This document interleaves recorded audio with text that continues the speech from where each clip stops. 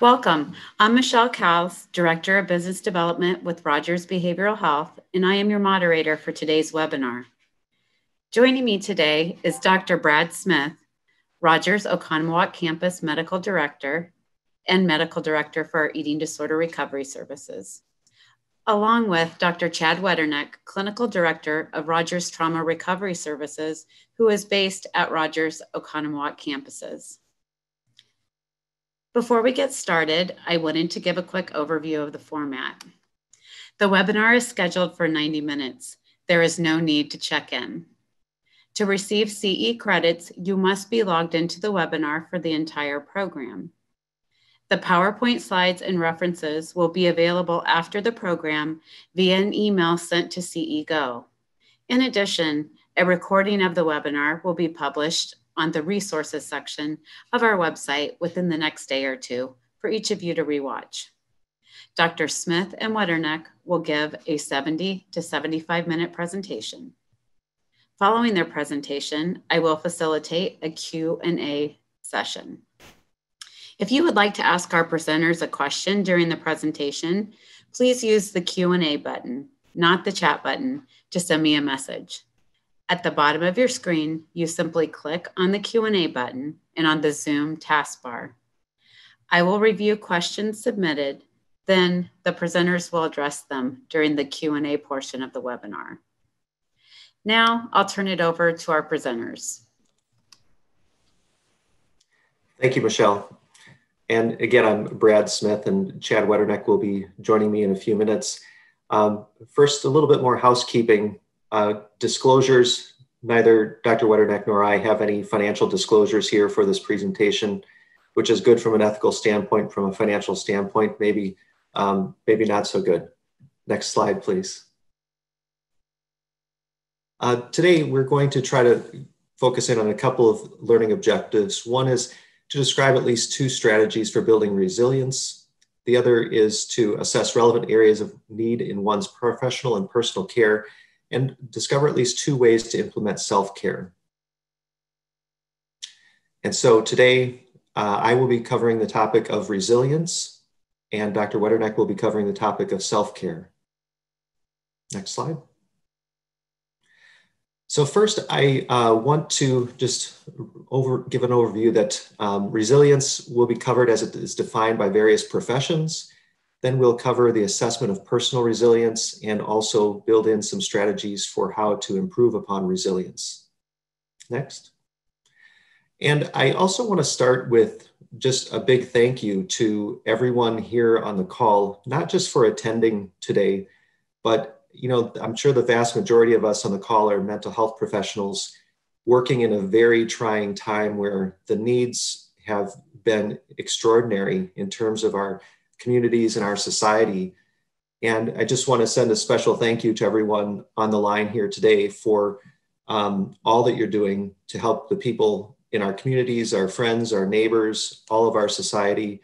And thank you also for attending to be able to work on some areas that may help us as we try to help so many people in our society and our communities.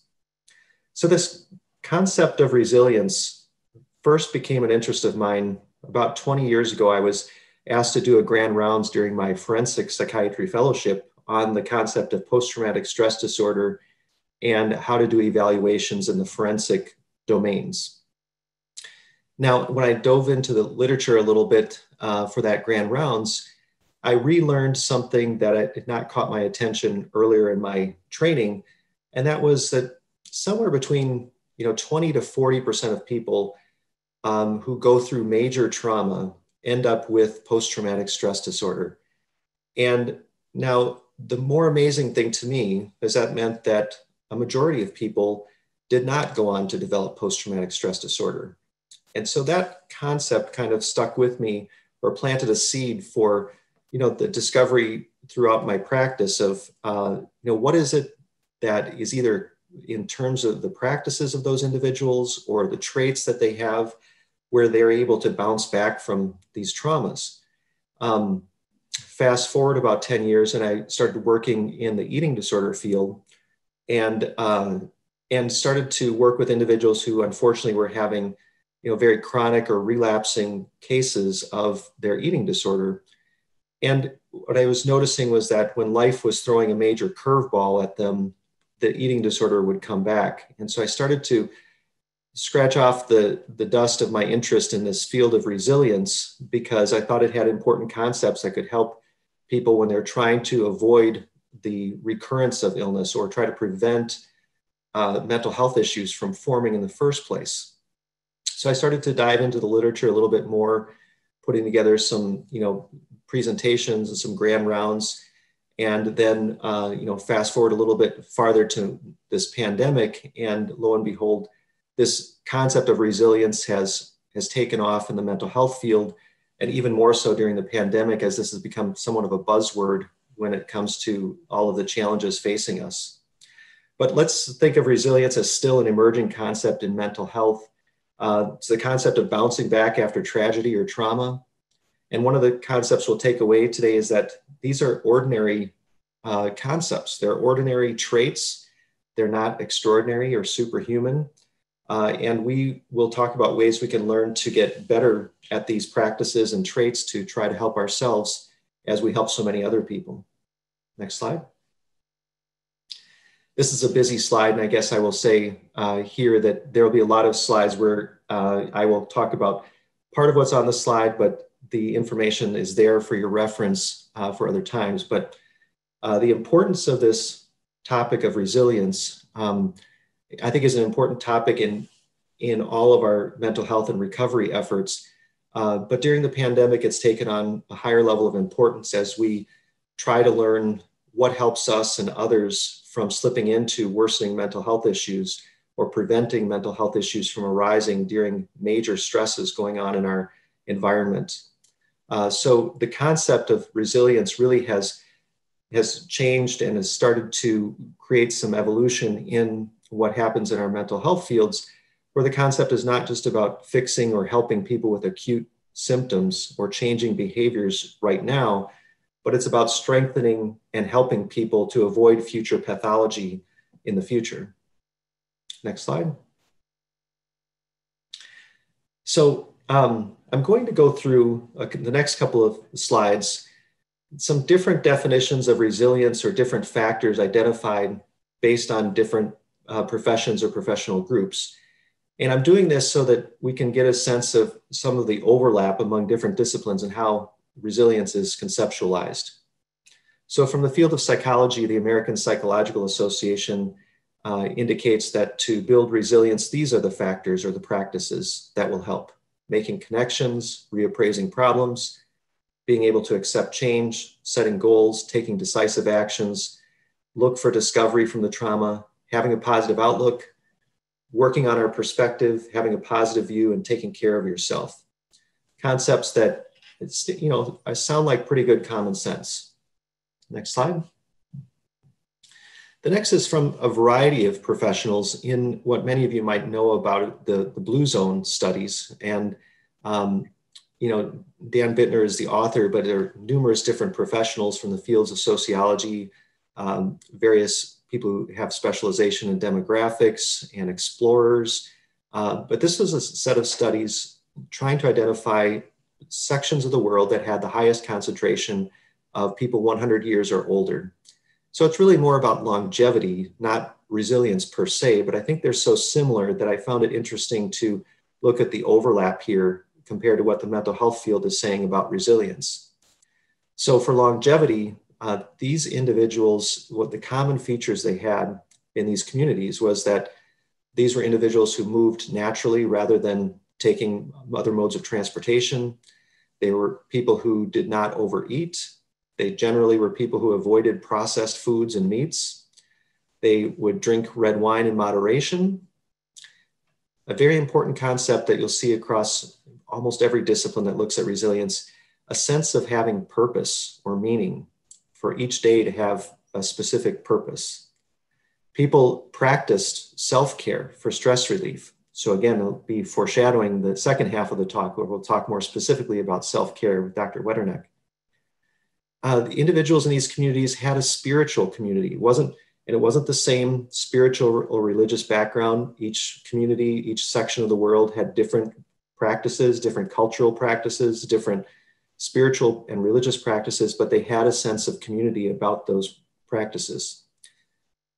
They tended to prioritize family, and they tended to surround themselves with other people who share the same values. So strong cultural community, oftentimes multi-generational families living in the same household in these communities. So you're seeing the lessons of various areas all around the world of individuals who have significant longevity, which I believe requires resilience. Next slide. So a lot of the rest of the factors that we'll talk about are going to come from this book, or actually there are two additions to this book by Stephen Southwick and Dennis Charney, who come at it from the psychiatric standpoint of trying to incorporate available scientific literature in the psychology field as well as popular literature. They also did a very exhaustive look at various research, not only psychological research, but neurobiological. So functional MRI scan studies, EEG studies, physical health parameters to look at resilience.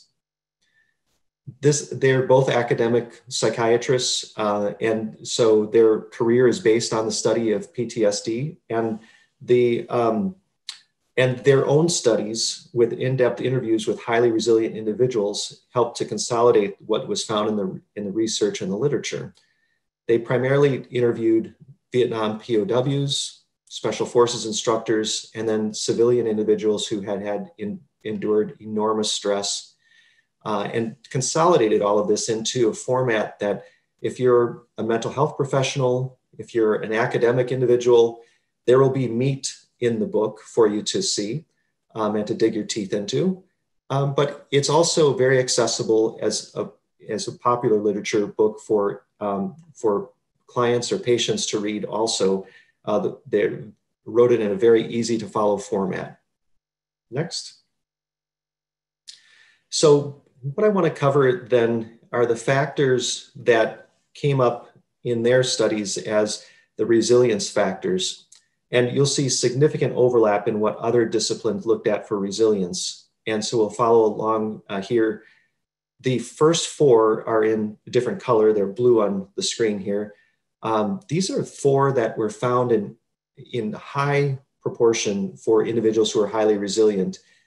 The other six factors were common enough to be found as a common factor, but these four were present in the vast majority of individuals who are thought to be highly resilient. Next.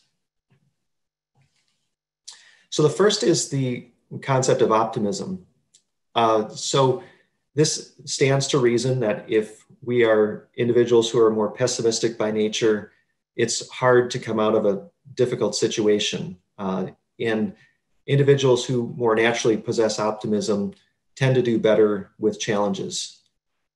An important concept here is that this is supposed to be realistic optimism, in contrast to individuals who have kind of a naive optimism of thinking that everything is going to be great no matter what. Individuals who are highly resilient tended to know the danger spots. They tend to know the blind spots or the obstacles that they're going to have to face, but they're able to work past that and limit the effect of those negative issues to still try to get to where they need to go with recovery or survival.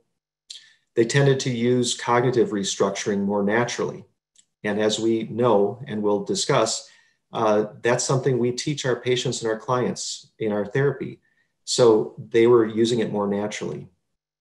I put the bullet point of power positive thinking because one of the findings was that some of the writings in popular literature, popular psychology literature many years ago was a book called The Power of Positive Thinking. And it expressed that the more you can verbalize overly positive messages to yourself or others, the more that you might start to think that way. And the studies were showing that individuals who are more highly resilient tended to do that more naturally. They really, could think positively and express positivity to others. Next slide. So with each of these factors, I'll suggest a couple of ways that we might work on skill development, because again, these are traits that are found in individuals who are highly resilient. But like any trait, we can work to improve our own practice and our own traits within this. So in the term optimism, we have a number of opportunities here to try to work on this. And so one suggestion here is that to focus attention on positive things, there are methods we can use. The simplest, I think, is the practice of gratitude. We see that more in our therapy suggestions. We see that through more advanced techniques like cognitive bias modification or certain forms of meditation. But the point is, we have something very simple that we have available to us, like gratitude. And we teach this to our patients and clients all the time, and we may not practice it ourselves as frequently as would be helpful. So other possibilities here include trying to intentionally think positive thoughts, reframing negative events. The cognitive behavior therapy techniques that we use all the time with clients and patients are things that we can certainly practice for ourselves, even if we're not in the midst of distress or high levels of symptoms ourselves. We can use this in a more preventative way. Next. The next characteristic for people who are highly resilient is that they tended to face their fears, and they would view fear as a guide or as an opportunity, but they still stay focused on the goal or their survival, their recovery. And the other concept here is that facing fear was often made easier when people could acquire some information about what it is that was feared. Next slide. So when we look at how we could develop this ourselves, I think first about exposure therapy. This is the concept that we teach clients and patients all the time. And we can do this for ourselves in more of a preventative way of looking at the things that we're facing, even in the pandemic, trying to break it down into more manageable steps, and then trying to prevent our neutralizing responses, trying to build tolerance, creating habituation, and then creating the generalization that can occur to help us in all types of anxiety situations. And the next is, I think as professionals, we like to be informed. We probably have less fear about things that we have more information about or have more education. I think this is a balancing act also, though, and I think about what's happening in the pandemic. I personally had felt less fear and less anxiety the more we learned about the virus and ways of staying safe or using precautions. And then on the other hand, the way that we've had 24/7 overloaded exposure to the media about the virus, I think it can lead to some more fear. So it's a balancing act, but I think in general, if we can become more educated and informed of what it is we're facing, we'll be less fearful. And next. The next common ground or common factor for people who are highly resilient tends to be social support. And this is really in any discipline that looks at resilience comes up with social support. And we're social beings. We in the mental health field, when people don't need or want to have social interactions or don't need or want relationships, we think of that as pathologic. So it makes sense that having a strong support network is an important feature of being resilient or being able to persevere. We do that through formal mechanisms like support groups or group therapy, but this can be just also a matter of increasing your network of friends and family. The bullet point on the TAP code I put there because it's a reminder of one of the examples given by Southwick and Charney's book about POWs in Vietnam who ended up using something called the TAP code to communicate with one another. Now, individuals who were held captive in Vietnam were regularly tortured. They had extreme conditions. Many times they were in solitary confinement. And in one of the largest camps, one of the veterans had discovered this this communication code called the TAP code from soldiers from the Korean War. And they discovered that they could use this without detection if they were very careful, tapping on pipes, tapping on the wall, in some cases taking a piece of twine and connecting it between rooms and then tugging on it for the tap code. So it was very painstaking, letter by letter. And the reason I'm going through this in such detail is because I think it's a great example of how important the social support is, because one of the things they used this communication tool for was they knew that people were going to be regularly tortured. And they essentially held a group therapy session or support group for that individual as soon as they came back from any episode of being tortured, to make sure they didn't fall deeper into depression or despair.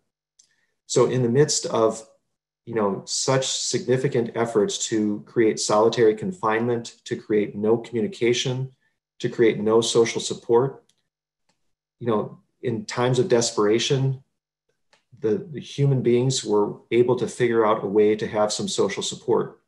So it gives us reason for hope that we have ways, many more ways of building social support with the tools that we have available, including things like, meetings on Zoom or Microsoft Teams. We have many more ways of communicating and adding social support during this time than many other times of high stress for individuals.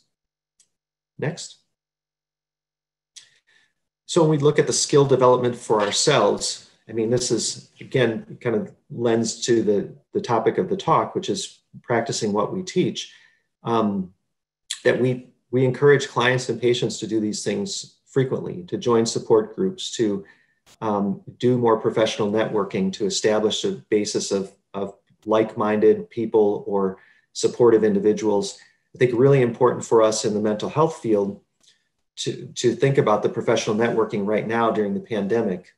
Meetings like this, meetings within your clinic, anything to try to provide that support. It doesn't even have to be a therapy or processing type session. Even something very social in nature can be highly effective for increasing the social support. Friendships, family relationships, of course, are the core of most of our social support networks, and putting effort into that during this time can have great rewards as well. Next. Common among highly resilient people was that they had role models, and they had resilient role models. Doesn't mean that the person needed to be perfect, but there were aspects of how a person conducted themselves that the resilient role models could emulate and could try to practice. It was also a point of emphasis that negative role models can be helpful, that knowing what you don't want to do, to repeat the mistakes of someone else is important, almost as important as having positive or resilient role models. And another forgotten feature is that we can use ourselves as a role model, that maybe we've faced some major challenge in our life prior to this time frame, where the same skills, the same practices that we use to come out of a personal struggle or a family struggle years ago might be something that can help us through what's going on in the pandemic as well. Next slide. So how to develop this within ourselves? My suggestion here is given that there's no one person to have as the role model for any of us, thinking of different aspects of our lives and trying to identify role models for the different aspects: professional, parenting skills, relationships, people who are healthy, and trying to put into practice one characteristic or one practice that we see in those individuals and try to adopt it for the next 30 days. And, we're going through a lot of lists of skills that you and we can work on, and we'll be talking about the self-care. But I know that Dr. Wetterneck will talk about really trying to put this into practice more so than just thinking about it or talking about it. And it just takes, a few small steps to make a difference. Next slide. The next major common ground for people who are resilient is a strong moral compass. And this is I think has a little bit more of an indirect route of leading to resilience, but People who have a strong moral compass tend to have high levels of courage. They tend to practice altruism more. They tend to try to know what's right versus wrong. And that helps them to identify with ways of being compassionate to themselves. Next. And so that leads me to one of the skill developments here would be even formal compassion training for ourselves, or informal compassion training. I think in our field, we are very good, I believe, at being compassionate towards our clients and our patients, maybe even our colleagues. The self-compassion is an area of opportunity, I think, for most of us, whether it's trying to constantly meet the needs of people who are in a dire situation, or high standards that we have for ourselves, that self-compassion becomes very important.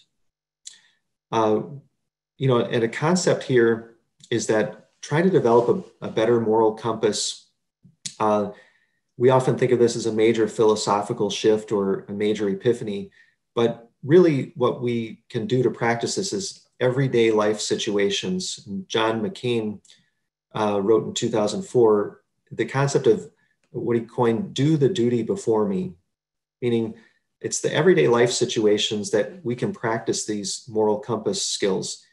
If we see somebody on the street, on the sidewalk, that a dollar bill drops out of their pocket and they're pretty far away, we have the choice then, are we going to pocket that dollar bill? Are we going to leave it there? We're going to try to get it back to the person. Those are the everyday life opportunities we have to do the right thing. And the more we practice that, the more when we get into these more profound situations, we are likely to more naturally have a strong moral compass and have more courage and conviction to do the right things. Next. Next area is a spiritual and religious practice. So a very common finding among highly resilient individuals. And one of the main points here is it's not a particular religion or a particular spiritual practice, but just the idea of any sort of spiritual or religious practice, including things of just having a philosophy about where we sit in the world. But among highly resilient individuals, the concept of there being some sort of higher power was common. And then the practices that are derived from that belief or that spiritual practice ended up being helpful for the resilience, whether that's prayer, meditation, mindfulness techniques. So I think of these as the common parts of religion or spiritual practice, regardless of which exact detail it is about what the higher power is, or what the exact belief system is, or the divine part of it. These common practices among religion and spiritual practices have been highly beneficial for individuals to be resilient. And so if this is a part of your life, then practicing it more thoroughly during this time can pay big dividends. Next. And the various ways of practicing this. So again, if this is a part of your life, just I think whatever spiritual or faith tradition that you have, to really dive into it more and try to make it part of your daily practice. And it can be a very simple thing to add, but one that pays big dividends. Next. Individuals who are highly resilient tend to have cognitive and emotional flexibility. We spend a lot of our time in our therapy with clients and patients trying to help them achieve better flexibility in these areas. So it's no great surprise that people who are more resilient and can bounce back from things have this more naturally. And so we know, because we practice this pretty regularly, we know that people can improve in their flexibility in these areas. So of course we can do that for ourselves as well. Next. So how do we do it? Well, we have the tools at our disposal. CBT, ACT, DBT, these have some of the most profound areas of change in this area of cognitive flexibility, or at least the most direct instruction on how to do it. Humor is listed here in the list of ways of practicing cognitive flexibility. And this is a sensitive topic because, of course, there would need to be a balance there, and it's a difficult area to try to introduce in a sensitive or tragic time. So one concept is to use humor by surrounding yourself with humor in what watching funny shows, watching movies or TV shows that are humorous, reading humorous things to help our own mood and our cognitive flexibility.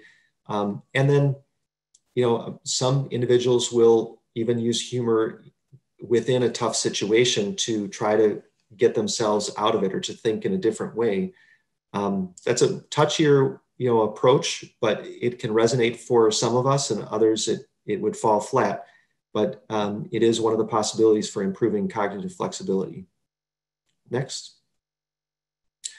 Brain fitness was common among resilient individuals. So the brain is much more plastic and able to be changed than we ever really imagined 20 to 30 years ago.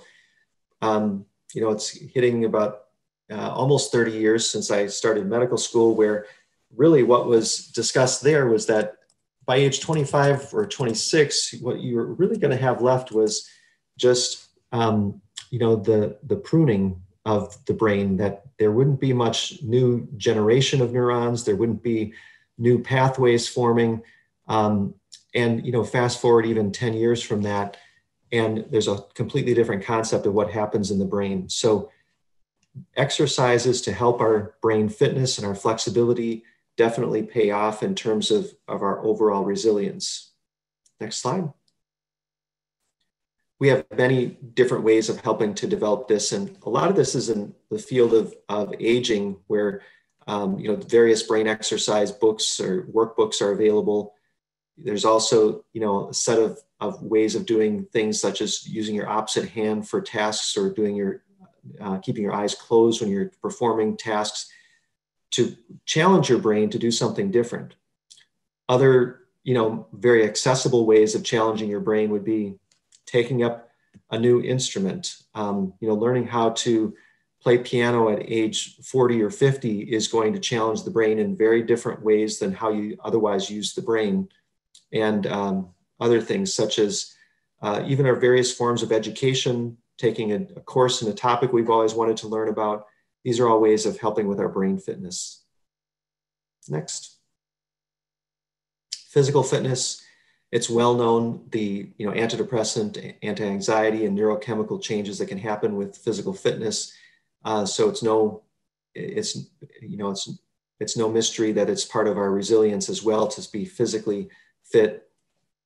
It's also important to know that our brain fitness requires good physical fitness. Our brain needs good regular supplies of oxygen and good blood flow and circulation. So the better our heart health is, usually the better our brain health is. Next. So in the area of physical fitness, I guess one suggestion here is beyond just, there are many different ways of adding physical fitness or physical activity to our lives. But one suggestion is that we try to combine it with some other value or core goal that we have.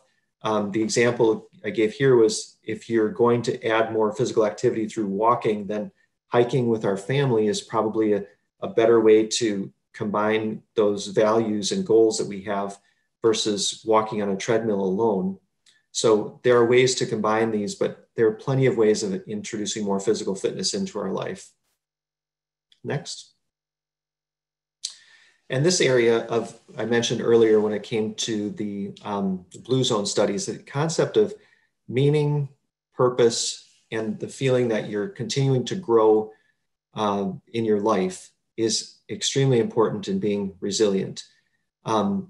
So individuals who were able to have post-traumatic growth tended to have more involvement in altruism, more involvement with philanthropy and service, and a striking number of individuals end up following career paths that help others who might have gone through the same thing that they went through. A common theme in the field of resilience study is that individuals who have been victims of certain traumas tend to go into careers where they're helping people who go through the same types of traumas. In one fairly dramatic rendition of meaning, purpose, and growth. Viktor Frankl, who is a psychiatrist who wrote extensively in the field of psychiatry, his early work is mostly about his experiences in the concentration camps as a survivor. And he pointed out in his book, Man's Search for Meaning, that really that rather than all of the other things that have been hypothesized about why people are living or what's their goal, what's their purpose, that it's really that what people are looking for is striving to have a higher meaning or ultimate meaning to their life of what their existence is. And so trying to find that in ourselves is extremely important during these tough times. Next slide. And I think, we're all in a profession where we have inherent meaning and purpose in what we do professionally.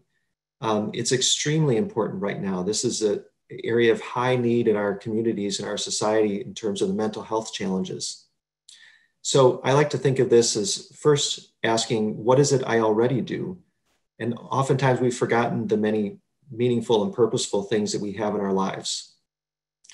Then we can think, what are the reasons to get out of bed? And it can be very simple or it can be very profound, such as the work that you all do in helping many people whose lives are in the balance during these challenging times.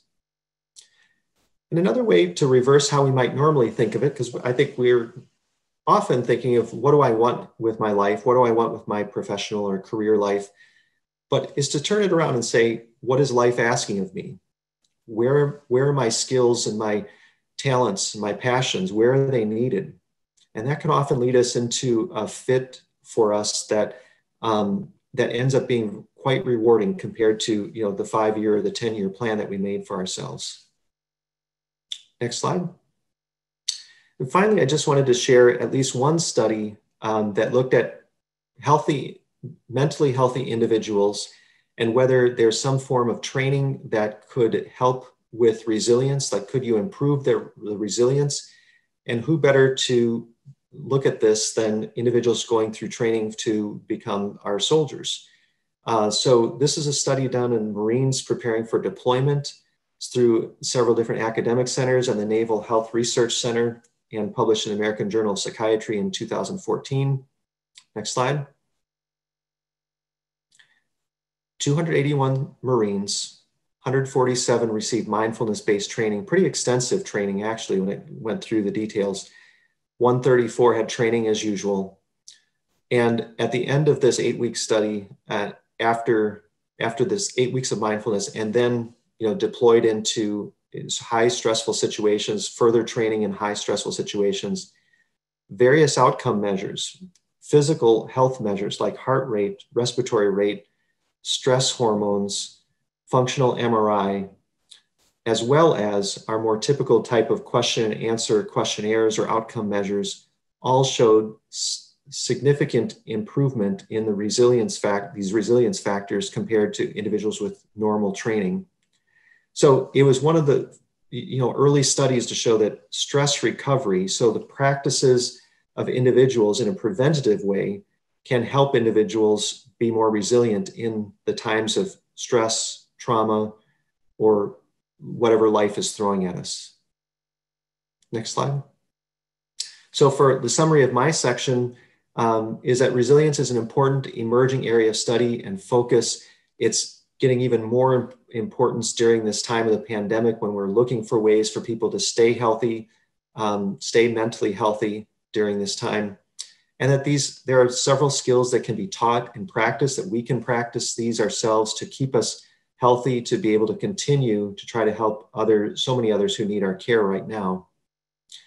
And so with that, I'm going to turn it over to Dr. Wetterneck, who will discuss more on the concept of the practices of self-care.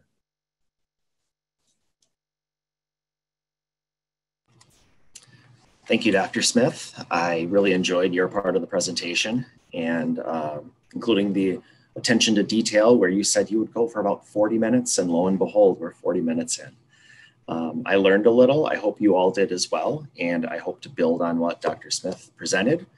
I want to remind you all that if you have questions, we will be happy to answer those at the end of the presentation, and that you can write them into our Q&A section. I'm going to be talking more about self-care, working on your own areas of self-care needs. And toward the end, I'll also talk about how you can build, increase, or start a support network.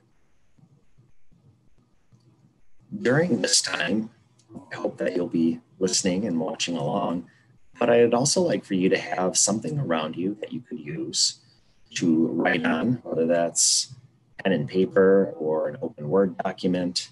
And also, if you had access to something that was like a calendar or schedule or a way you could communicate with someone, some of the suggestions that I give to you today, I'm hoping that you're willing to actually engage in and write down and maybe even plan out.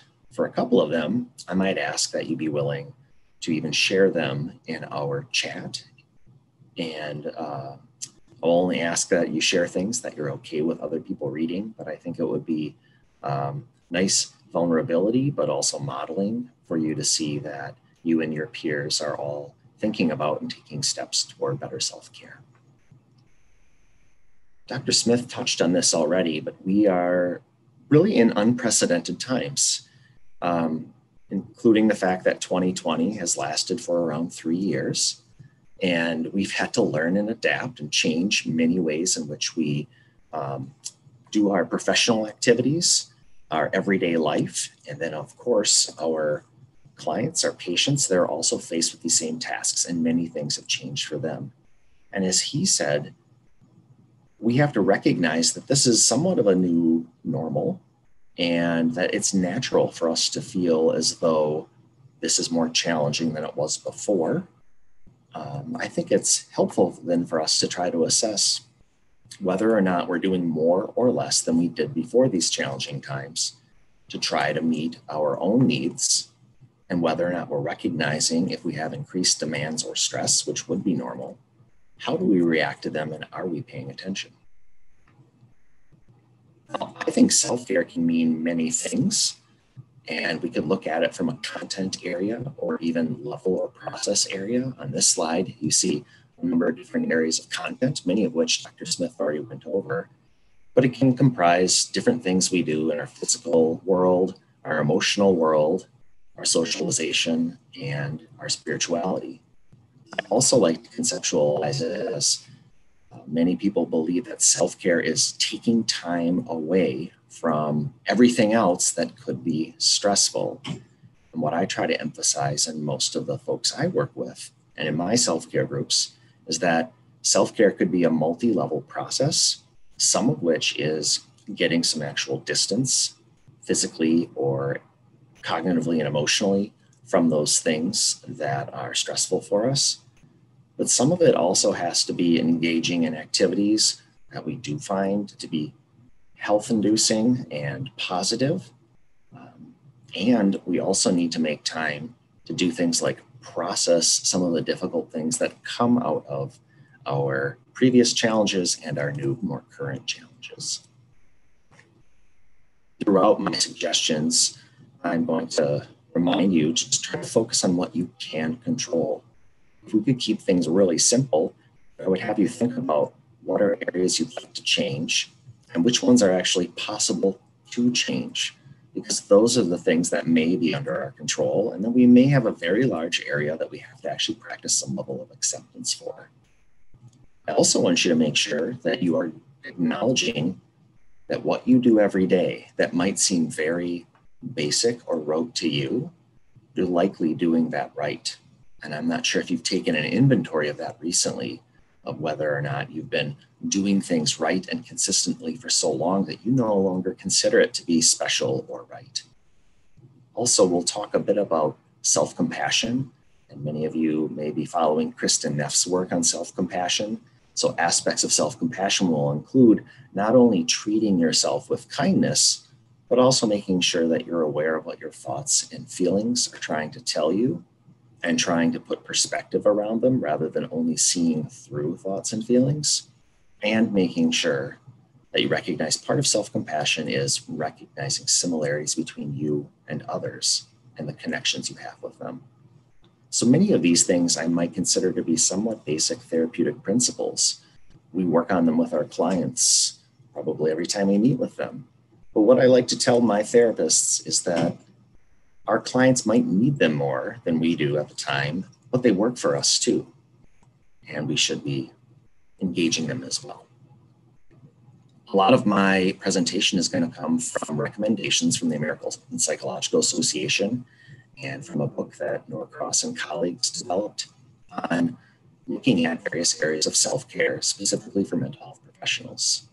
So I will review each of these areas and try to give suggestions, and then remind you that I may ask you to write things down, potentially send out a text or an email, or maybe even write something in the chat as we go through these. The first area is valuing the person as a psychotherapist. And remember, when we're talking about this, we're talking about you. You have been trained to notice when changes are needed in the people that you work with to reinforce their changes, to help shape and modify so that they can be more functional in life, whether they're by themselves or with other people, and to provide hope and care. I want you to think about who does this for you. So I'm going to talk through some of these times in which I hope you're actually considering doing some of the more interactive parts of this exercise. But as I'm talking, utilize whatever you have around you to write down or type out who are the names of 1 to 3 people that you know, whether they're at your work or maybe they're in your personal life, that could give you honest feedback. Go ahead and take a moment just to write those out.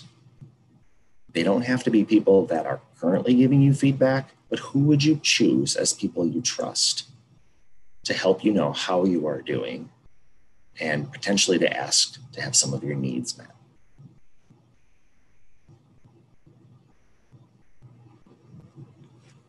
Another important area is to try to look at the work that you do with your clients. And of course, we're trained to make sure that our attention and focus is on meeting the needs of our clients.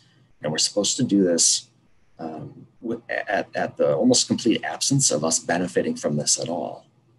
However, I do think an important part of monitoring how things are going with your clients is to touch base with them and ask them, what has been beneficial in your work that we have done together?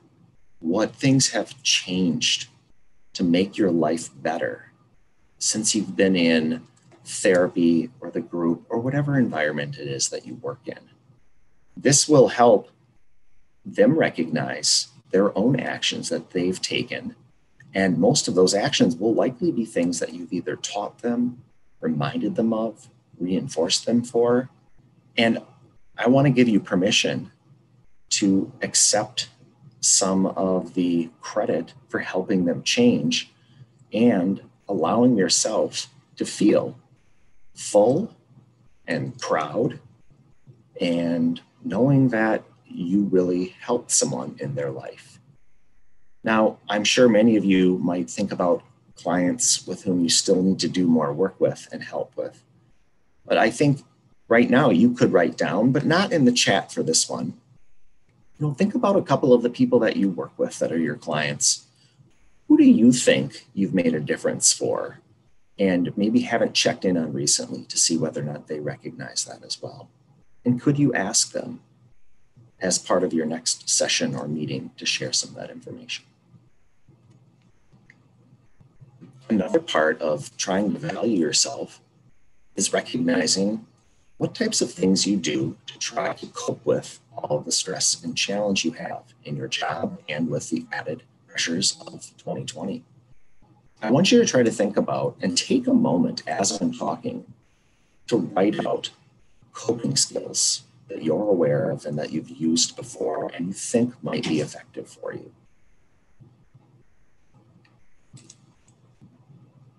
This is something that if you're willing to do, I think it would be nice modeling, whether you're currently doing them or not, to write these in the chat. Share your ideas with other people of what works for you.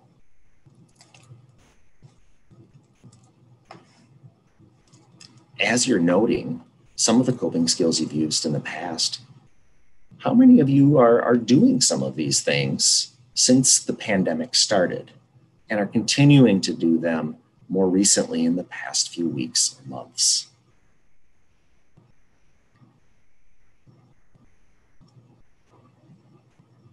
It's one thing to recognize things that can be helpful and to note that you have skills that you can use. It's another to try to make sure you integrate them into a daily, weekly, or monthly practice. I'd like you to consider right now, as you're noting coping skills and hopefully sharing some of these in the chat. I appreciate those of you that are doing that right now. How would you keep track of when would be times in which you can engage in these skills? Most of you are pretty adept at organizing things, especially in your professional lives, at keeping appointment times, being there for people when they need them. And your clients know if the meeting's at 4 o'clock, you're going to be there waiting for them, whether they're early or late and whatever needs they have. Could you do that same thing for yourself? So if you keep a schedule, if you have your phone, your Outlook or other computer turned on and your schedule nearby, consider right now looking at it and finding some time in the next week. And of course, the sooner the better, to set aside some time for a self-care activity. You don't have to know what it is. You don't have to even utilize one of the skills that you may have just written out or shared in the chat. But set some time aside, and you can think about it before then or decide then. How will you use that time to try to show that you value yourself, just like you value your clients? The next area I'm going to talk about is on refocusing on the rewards. And I think many of these areas that I'm speaking on connect to what Dr. Smith shared about resilience and talking about meaning and value. I'd like you to try to think back, whether it's weeks or months or years or decades ago. Why did you first want to become involved in this field? This would be something I'd ask that you even take a moment to write out. Maybe you share this in the chat as well, and you'll notice the variety of what some of your fellow peers on this talk are saying. Notice how some of the things are familiar. Or if you're reading the chat, you might notice things that you forgot on the reasons why you first got involved in mental health care and working and serving others. Gratitude has been a big area of study in the last few decades, and there's a lot of research on it, but some of the more interesting stuff I found is that daily gratitude can help with difficult emotions. It's likely to increase your mood if you do it consistently, to make you feel more fulfilled in life, because most of the things you're grateful for are things that you would say have added value in your life and are things you'd want to pursue if you have the time and set aside time to do that. And it's actually going to alter certain patterns in your brain as well. Much like you'd say to your clients, you wouldn't just try gratitude one time and then expect to see a lot of effects. In fact, this is something that you really want to commit to, and it could only take a minute or two a day. But what might be really key is setting up a reminder of when would I state something that expresses my gratitude. And I'll give you a couple of examples of things that you could do. At the same time, I'm going to ask you right now to write out 1 to 3 things. Try to come up with at least one from any area of your life for which you are grateful. If you are willing to share those, you could also consider sharing those with your peers that are on this call and learn from each other and benefit from seeing what makes other people express gratitude, what makes them feel fulfilled and have meaning in their life. I know that for some folks, I ask them to keep a pad of paper next to their bed at night.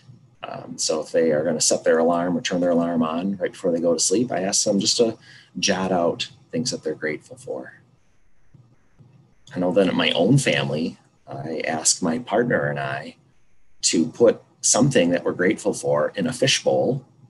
And then at the end of the week, we actually will pull out randomly a couple of those things and we'll read what we're grateful for.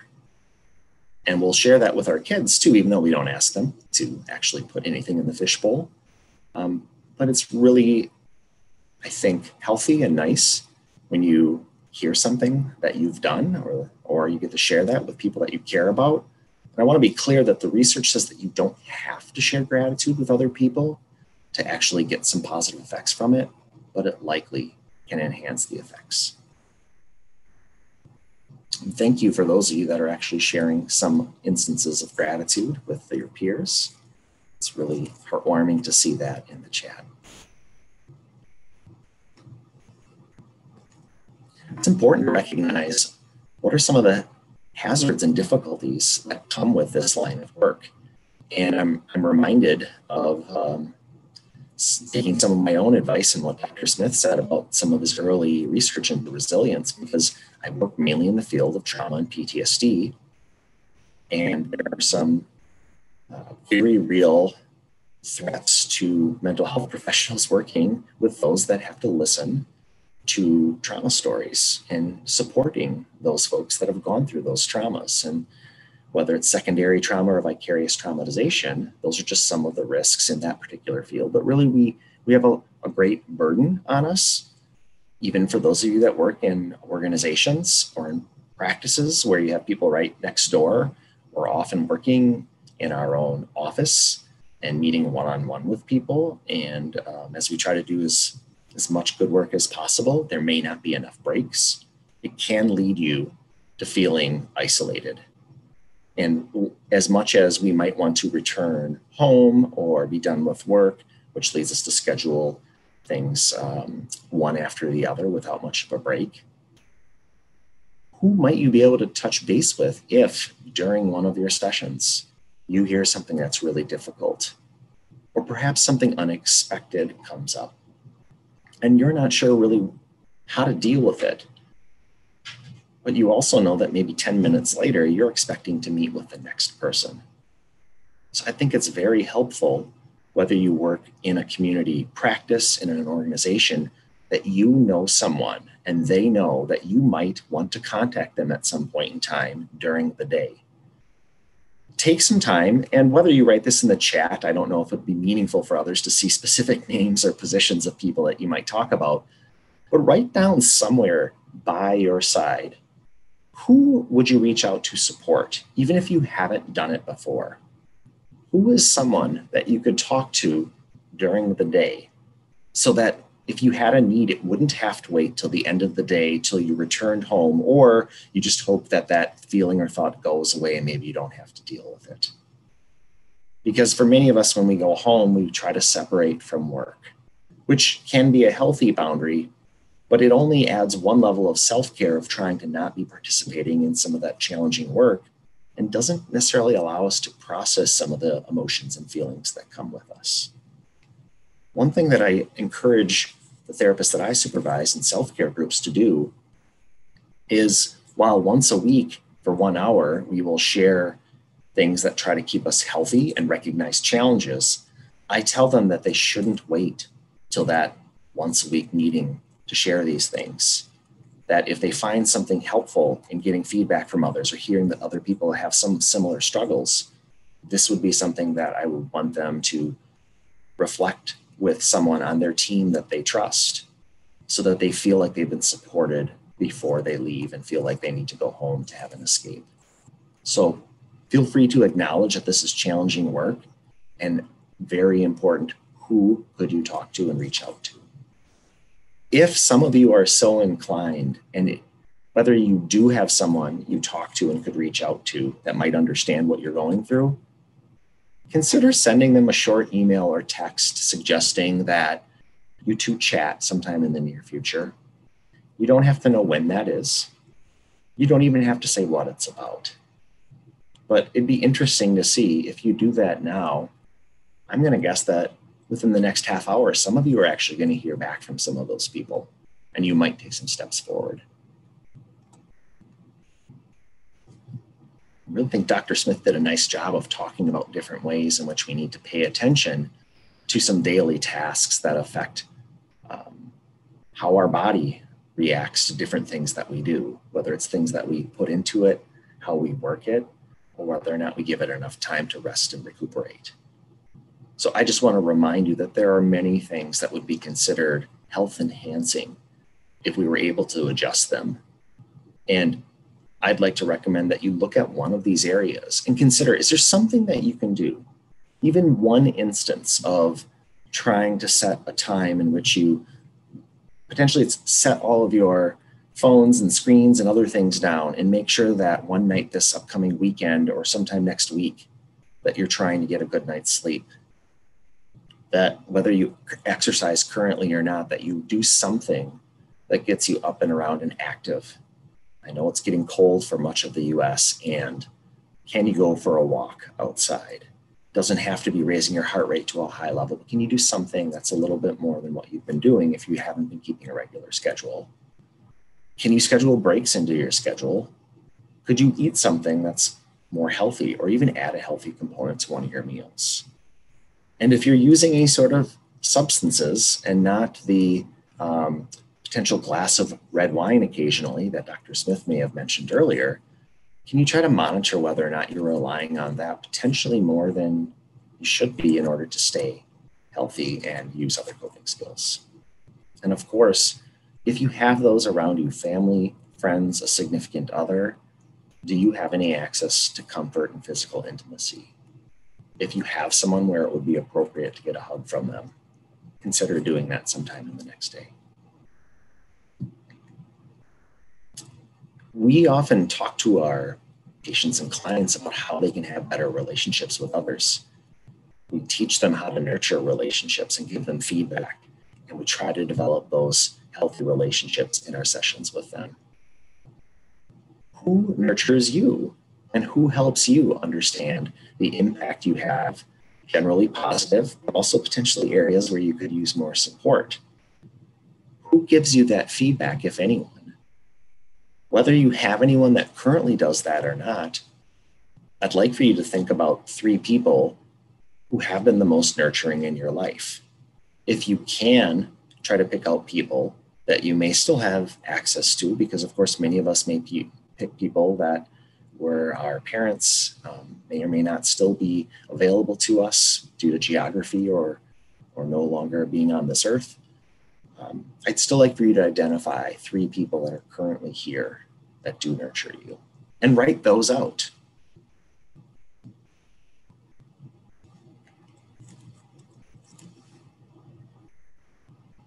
Are you part of a group of people that part of their express purpose is to try to support each other, or to try to help each other understand more about doing our jobs, not just better, but also in ways that are more healthy for us as people? If you haven't ever considered establishing a peer support or supervision group, if you had to think of some people that are either in your field, in your organization, or in your office, who would you choose to invite to a support network or supervision group? It might be some of the people you've already identified that are nurturing to you, or someone that you would trust to potentially contact during the workday. If you haven't already, consider whether or not you might send out a text or an email, or perhaps you'd step away from your computer and knock on your office mate's door next door, even during this talk, and consider whether or not you could take that action right now. And just say, hey, would you ever want to get together sometime and maybe talk about cases or how things are going at work? And if you're willing to do that, maybe you could express, I know I could use some advice, some feedback, some support, or some more connection while I'm here. Talked a little bit about role models during resiliency, and I would say that the idea of having a supportive mentor is very similar to the concept of a role model. Think about some of the people throughout the course of your life, and not only in your career, that may have been mentors to you. Write down one or more of the names of some of those important mentors. As you write them out, think about what made them helpful for you. Was it simply they gave you lots of information and they were experts in the field? Was it something about how they delivered the information? Do you think it could have had something to do because they were invested in you and your development, and they cared, they understood, or they validated you? These are the things that you do for many of your patients, even though you wouldn't consider yourself a mentor per se. But think about, could you benefit from a relationship like that again?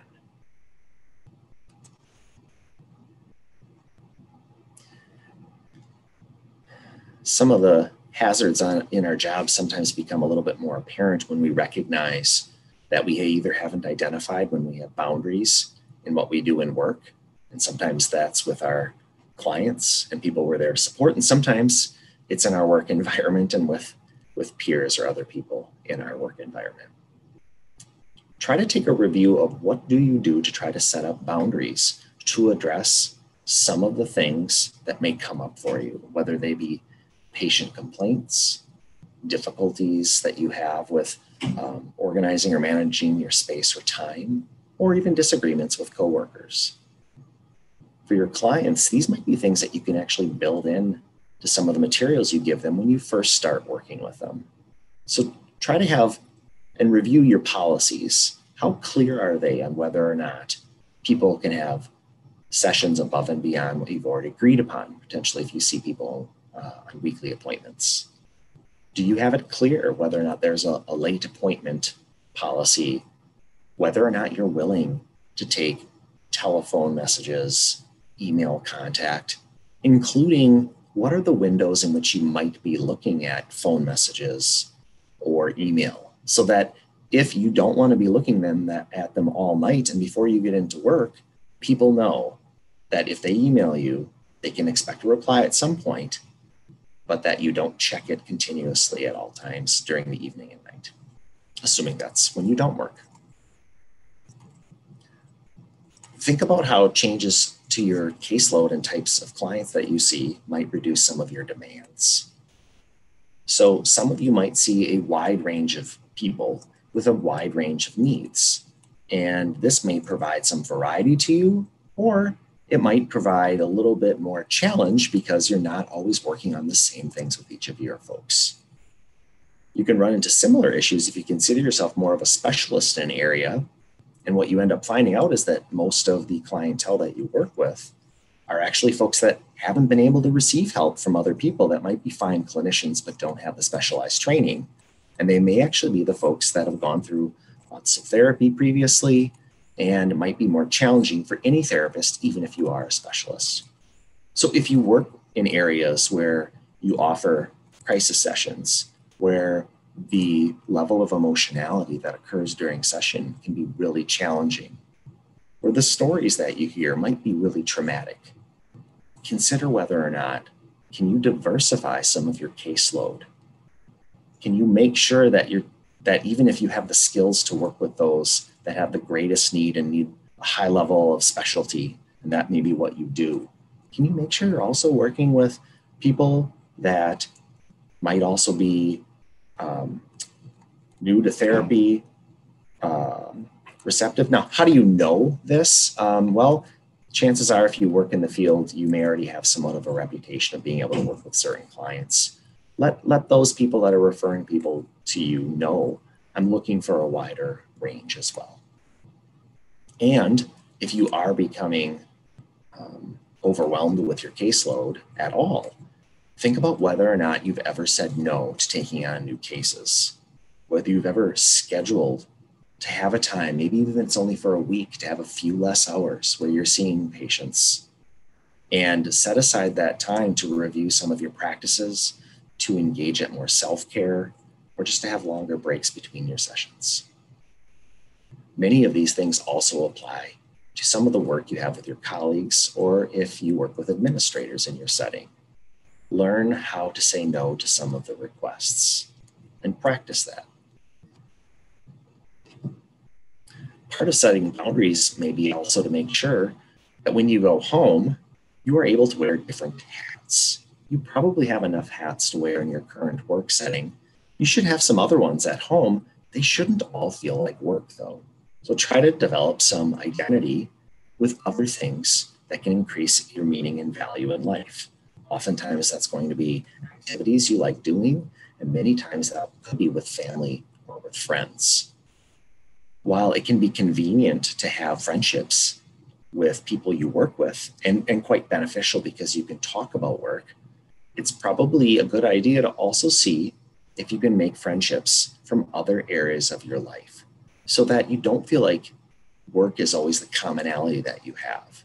Of course, you can practice if most of your friends do come from your work setting, trying to make sure that you have other hobbies and activities that you like to meet and discuss and participate in. And as you can see here, one of the hats I wear, or one of my interests, is I like playing board games. And I do that with my friends, which are in the top picture, and with my family, which is in the bottom picture. Make sure that this time that you have set aside as well is protected. Now, scheduling time to be with family can seem like you're crossing a boundary and making it almost be like work if you put it in your calendar. But if you find yourself not having enough time with your families and friends, it might be time to actually put that into your calendar to make sure you're not saying yes to other things. Dr. Smith talked a little bit about having cognitive flexibility and thinking about different ways in which you can view things. Of course, we do this with our clients and patients all the time. But I'm wondering if any of you have taken some time to think about what are some of the cognitions or thoughts that trouble you. If you had to read this line, I'm not blank enough, what would you put in that blank? If you were to write that out on a piece of paper next to you, type it out on a Word document, or even share it in the chat, what's a challenge for you when you evaluate yourself? Is it that you think you're an imposter because sometimes you work with cases and you're not sure what to do? Is it that you fear that you've run out of compassion and you might be suffering from some level of burnout or compassion fatigue?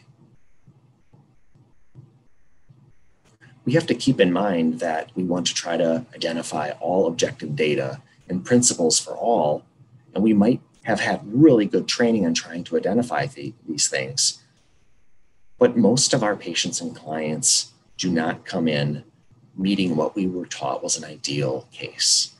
And very few times can I remember where I've said, you know what, I did a perfect job in therapy. And that case went exactly as I hoped that it would. So what I often teach my therapists to do is I tell them what you have to do is recognize that you are part of a process. Whether it be you're working with other peers and professionals, you're also working with the patient. And if you want to evaluate yourself, what I'd like for you to do is to write down, what do you value about your work? What part of that can you control? And then the question is, did you complete that part of the work at a skill level where someone could receive benefit from it? After that, it's up to them to try to engage in what you've offered them. And of course, you can use skills and techniques to try to get them more engaged. But if you worked one-on-one with a client or patient and you did 100% of your job, that might contribute to only 50% of the overall grade in which therapy is conducted. And consider the other 50% is, what did the client contribute to therapy? Now, this isn't meant to assign blame, but you can do 100% of your job. And if someone just isn't ready, is unsure or unable to do some of the things that you know could get them better, the grade for that particular therapy could be something that we wouldn't want to see on a report card. But what you did might still be at the A level, hopefully at least passing. Recognize as well, you're not immune to problems. You're not immune to emotions. You're not supposed to have everything figured out by now. And know that because people, whether they're in the field or not, know some of your training and background, that's part of your identity, you will hear a lot of the times, don't you know all that stuff? Or you probably are in perfect mental health because you know all of these things. Feel free to correct them on that, I guess, unless it's of some benefit to you.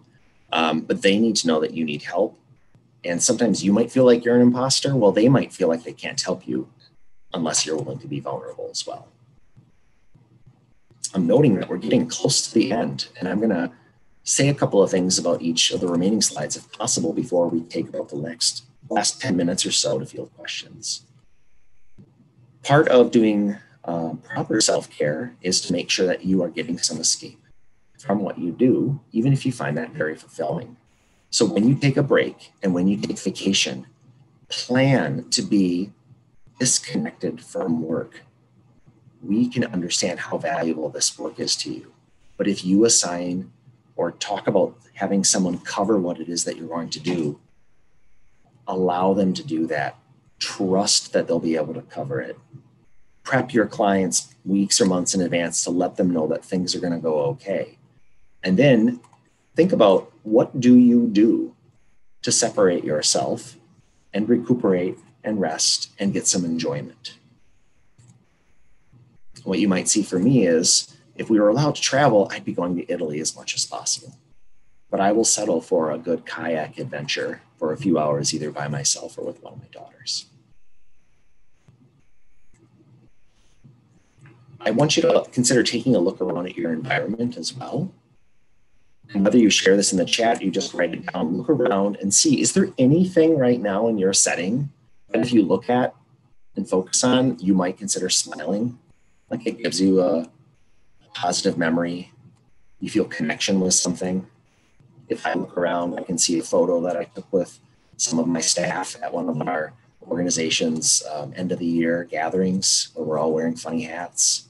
I can see a picture that I took on one of my trips overseas that I really like looking at. If you don't have something like that in your setting, or if you don't look at it, make sure you're doing things to alter your setting so that it feels comfortable and supportive to you. And consider bringing that up with people in your environment. If that means you have to talk to administration or peers, what are things that you can agree upon to try to change your environment?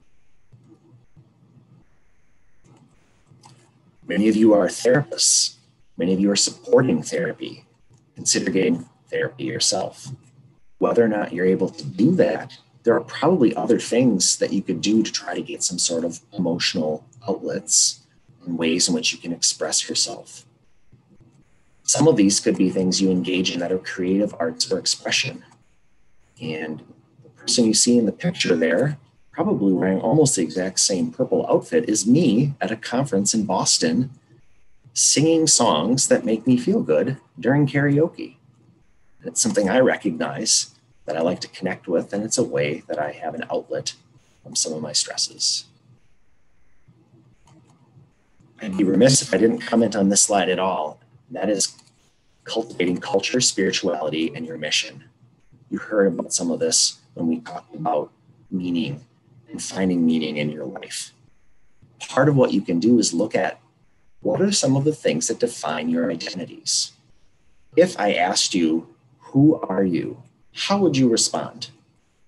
You might say, I'm a human being. I'm a therapist. I'm a director. What other roles do you have? Do you identify as someone that is religious or spiritual? Do you identify as someone who is defined by some area of diversity? That you are white, that you are Black, that you are heterosexual, that you are not heterosexual, that you are trans? Are those important areas of your identity? Make sure that you recognize them and you connect with them. There's a lot of research that shows that we can insulate from some of the stress of daily life by connecting with our identities and connecting with others that are similar to us and support our identities. I often ask people to think about what's their personal mission or their personal mission statement. And sometimes they wonder, well, how would I come up with that?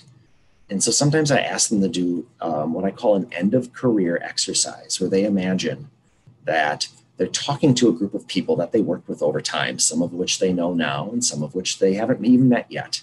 And they're on a phone call with all of them. And they hang up the call, but they realize no one else hung up on the call. And what's going on right now is everyone's imagining or everyone thinks you hung up, and they're saying, okay, great. Now we're going to plan your retirement party.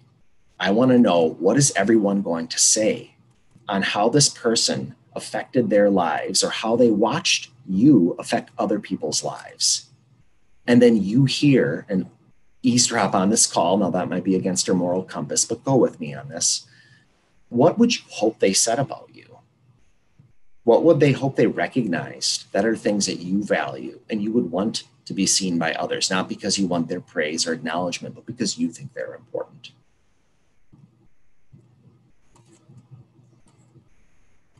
Close to the end here now, talk a little bit about fostering growth and creativity.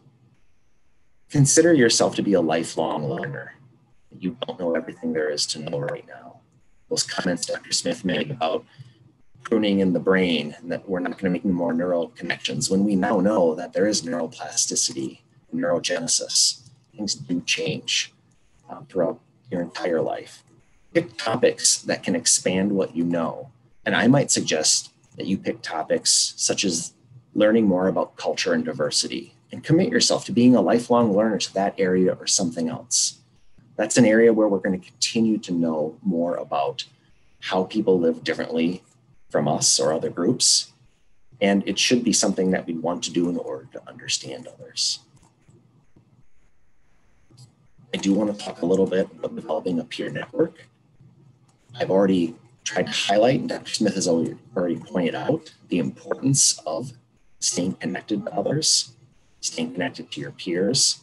I've already had you ask yourself, who are some trusted nurturers, mentors, or people you'd like to contact? Some of those are your potential social supports. Can you start thinking about what would it be like to connect with one or more of them? How would you do that? Write it out on that piece of paper, maybe next to some of those names you've already written out there. Would it be a text or a phone call? Would you set up a Teams or Zoom meeting or some other Facebook chat room? Would you consider inviting people that are part of your greater community of professionals and not just people you work with? And are there learning opportunities you can get from that? As you think about what medium might you use, and whether or not you've heard back from any of your colleagues, if any of you did text or email them already about a half hour ago when I asked if you could do that, build some time right now into your schedule to follow up on this idea, to reach out to others. Because the above picture is what you look like when you're not connected to others. The below one is how you feel when there's someone you can connect with, like me connecting with my good colleague, Monica, every other week to talk about not only professional growth and development, but just how life is going in general. So in summary, you've heard from Dr. Smith various areas of resilience, and that resilience can be built, and you shouldn't wait until you need resilience. You can be healthy now and still build even more resilience. And I believe we've shared a number of ways to engage in self-care and building resiliency. I hope that you'll choose to engage in one or two of those areas in the next week. And consider whether or not engaging in some set-aside time for peer support can enhance your ability to cope. It's an ideal time to do things like give gratitude to others and to support others while you're also receiving those same benefits.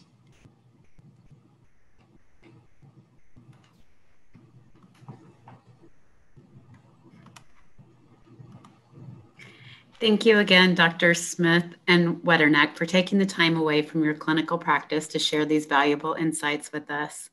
If you do have a question, please use the Q&A button, not the chat feature on the Zoom taskbar. We're about out of time here, so we'll just try to do one or two questions. But if we don't get to your questions, feel free to send me an email message afterwards and I'll follow up with you. It looks like we have a question. What is the difference between distraction techniques and mindfulness activities? I think what I'd look at is they may look very similar on the surface, but it might be the function of what you're trying to do and the context of the situation that might determine whether or not you could do something that's distraction and could be beneficial versus being more mindful.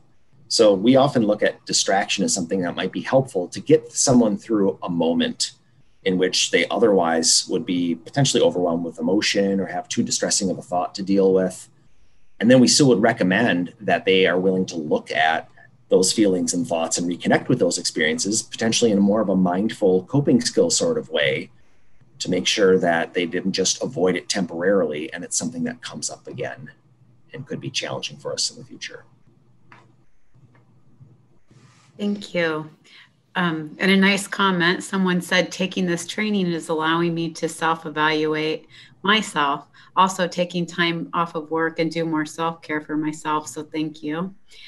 Another question that we got was, how would you recommend turning off your role as a therapist when at home and interacting with your kids and family? I think, Dr. Wetterneck had some thoughts on this during the presentation of, trying to make sure that you're clear of responsibilities and making sure you have that time, even if it comes to having to schedule the time in your calendar so you're not taking on other responsibilities or scheduling things, and really trying to be intentional when you're leaving work, leaving your last email or phone call, to switch caps, as Dr. Wetterneck had indicated, that you're now in your family role and trying to be all in with that, just like you were all in as your therapist responsibilities in CAP. So I think a lot of it is about the intention and making sure you're creating that time where you won't have interruptions, and work on getting coverage, sharing coverage with people so that you have that time where you know that you're not going to get interrupted, and then be very intentional about your time with your family. I've actually worked out something with my partner where I say, I'm going to come home, I'm going to greet everyone, I'm going to go upstairs and get changed, and I'll come down in 5 to 15 minutes, and then it'll be dad and husband time. But that's now been established that and I realize not everyone has that luxury to be able to do that, but I don't know that I would have done that if I didn't ask my partner if that's okay. And then kind of that declaration that I'm coming back as dad and husband, that kind of helps me set my mindset as well. That's awesome. Let's see, one more question before we wrap it up here. How can I tell when my sense of humor is adaptive as opposed to using it as a defense mechanism? I think that's a challenge for all of us. And it's probably more a matter of the intensity and the depth of how much defensiveness you're using with the humor. I think we usually have a pretty good gauge of that ourselves. If you just ask yourself that question, am I overdoing it on the humor as a mode of defense mechanism versus, am I using this in a healthy way to try to either distract or reconceptualize something in a different way? I think it has to do with the intensity and how pervasive you're using the humor. And we generally have a pretty good idea of that ourselves if we ask ourselves the question. And I might just add that if we find ourselves using humor, that can be a form of distraction and get us through moments. And ask yourself, though, whether or not you have set aside time, especially if it's something that's reoccurring, that you respond to humor with. Are you setting aside time to sit with those thoughts and feelings? And if you're not, that's a pretty good sign that there might be some functionality to your humor, but that maybe there's a little bit more that needs to be attended to. Thank you so much again, Dr. Smith and Wetterneck, for taking the time away from your clinical practice and to share these valuable insights with us. Helping a patient on the road to recovery means collaboration among everyone involved in their treatment. With locations across the country, our treatment teams are ready to partner with you. Rogers Outreach representatives are happy to answer questions regarding our treatment services, as well as to learn more about your practice. Before we conclude, I'd like to ask our presenters to share any specific recommendations on additional resources for our participants. And it's nice to know that you're going to be getting a copy of these slides. I wouldn't want anyone to be writing out all of these URL addresses. Many times you can find self-care and self-help type resources for your specific profession from some of the more governing bodies. And most of us have an American Psychological Association, Psychiatric Association, Counseling Association, or Association for Social Workers. I've listed some of the addresses that you can check into that will take you right to their self-care pages.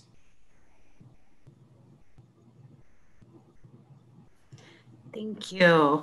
That about wraps it up, everyone. I just want to remind our participants that those of you who met the required time commitment will be eligible for CE credits. About 30 minutes after the webinar ends, you will receive an email with a link to a mandatory evaluation form. Once you complete it, you may download your CE certificate for the event. You'll also be able to access PDFs of the PowerPoint presentation slides, handout, and a complete list of references. On behalf of everyone at Rogers, we look forward to partnering with you and help support your patients. Thank you.